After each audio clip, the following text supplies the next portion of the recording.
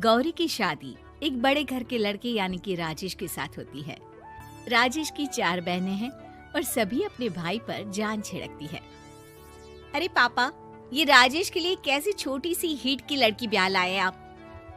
हम लोगों का भाई तो राजकुमार है, उसके लिए तो कोई राजकुमारी होनी चाहिए थी। गौरी को ननद की बात बुरी लगती है और वो रोने लगती है।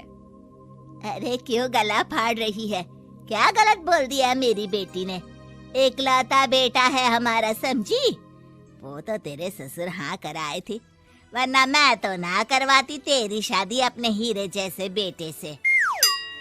ननदे सास को भरती और सास गौरी से लड़ती। ये क्या है? तुम्हारी बहनें और माँ आए दिन मुझे खरी खोटी सुनाती रहती है। क्यों नहीं बोलते उन लोगों को कुछ? अरे क्या बोलूं? अब उन लोगों का इकलौता भाई और बेटा होना, तो वो लोग थोड़े इमोशनल है मुझे लेकर, समझा करो ना।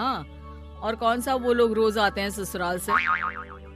माना एक साथ नहीं आती, लेकिन रोज कोई ना कोई तो खड़ा ही रहता है ना। खैर, जैसे तैसे कुछ साल गुजरते हैं। गौरी एक प्यारे से बेटी की माँ बनती है। सुनिए, हर बात पर ससुर जी से पैसा मांगना ठीक नहीं लगता। आप कोई काम क्यों नहीं करते हैं? काम तो मैंने कभी किया ही नहीं गौरी। पापा के पास इतना पैसा है कि मुझे जरूरत ही नहीं पड़ी। लेकिन कहते हैं ना, हर दिन एक सा नहीं होता। गौरी के ससुर की मृत्यु हो जाती है और घर में गरीबी छा जाती है। गौरी ननद को फोन करती है। दीदी, अब जीजा जी को बोलकर इन्हें कहीं नौकरी दिलवा दो ना। घर चलाना मुश्किल हो रहा है। माँ जी की भी तबीयत खराब रहती है। दवाई का खर्चा और मुन्ने की पढ़ाई का खर्चा काफी है। कुछ मदद मिल जाएगी दीदी। देखो गौरी, तुम तो जानती हो मेरे खुद के 3 बच्चे हैं, तो ये मत सोचना कि बात घुमा कर बोलोगी तो मैं कुछ मदद कर दूंगी। अब पति तुम्हारा है, सास तुम्हारी है, तो करना तो तुमको ही है ना। हम भी तो निभा रहे हैं। खैर, बोल दूंगी इनको। गौरी समझ जाती है।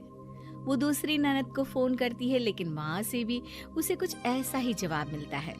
अरे भाभी, हमारा भाई कैसे काम करेगा? वो तो राजकुमार है। बस आप जरा माँ का ख्याल रखो, उन्हें कोई तकलीफ मत होने देना। बाकी करते हैं बात आराम से।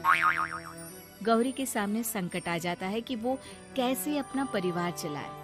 ना पति काम करना चाहता है और ना ननदे मदद। फिर एक रोज गौरी की सहेली कहती है, गौरी, मैं ना एक फैक्ट्री में काम करती हूँ, तुम्हारी परेशानी समझ सकती हूँ। क्यों नहीं तुम भी मेरे साथ वहाँ काम करती? अरे लेकिन मुन्ना तो छोटा है ना। तो क्या हुआ, तेरी सास और पति तो घर पर ही हैं, वो लोग संभाल लेंगे। तू चल मेरे साथ। गौरी ने अब काम करना शुरू कर दिया था, लेकिन उसका सपना अपने बेटे को अच्छी शिक्षा देने का था।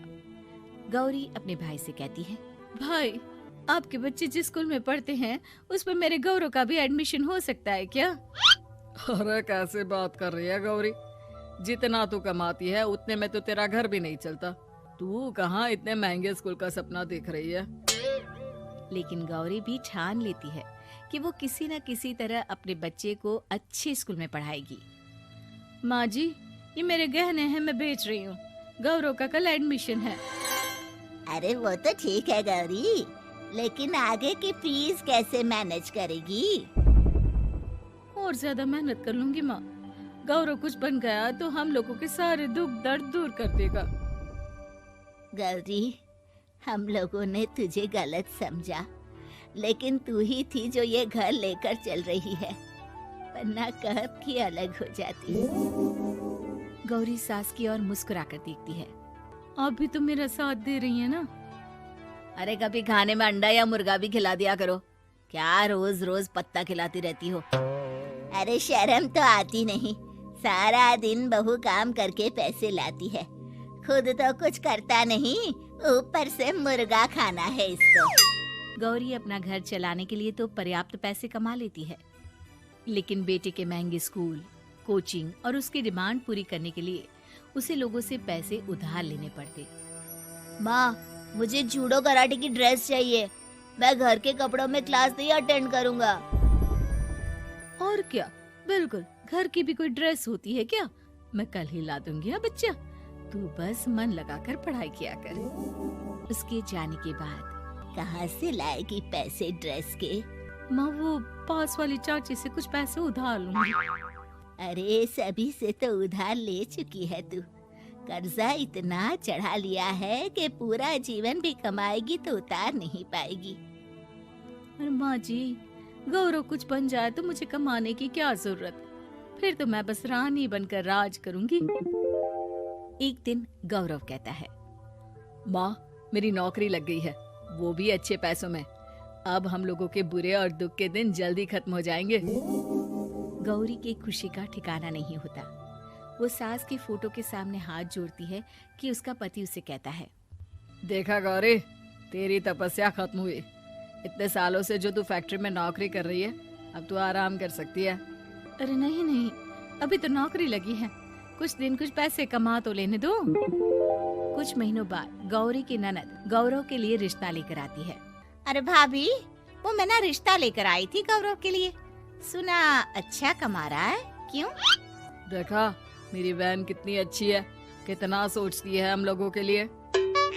गौरी कुछ नहीं कहती, लेकिन उसका मन नहीं होता है कि वो बेटी की शादी इतनी जल्दी कर दे। हाँ वो तो ठीक है, लेकिन अभी कुछ कर्जा है जिसे उतारना है। तो क्या हो गया, शादी के बाद भी उतार लेगा। कम से कम एक लड़की आ जाएगी तो आराम रहेगा।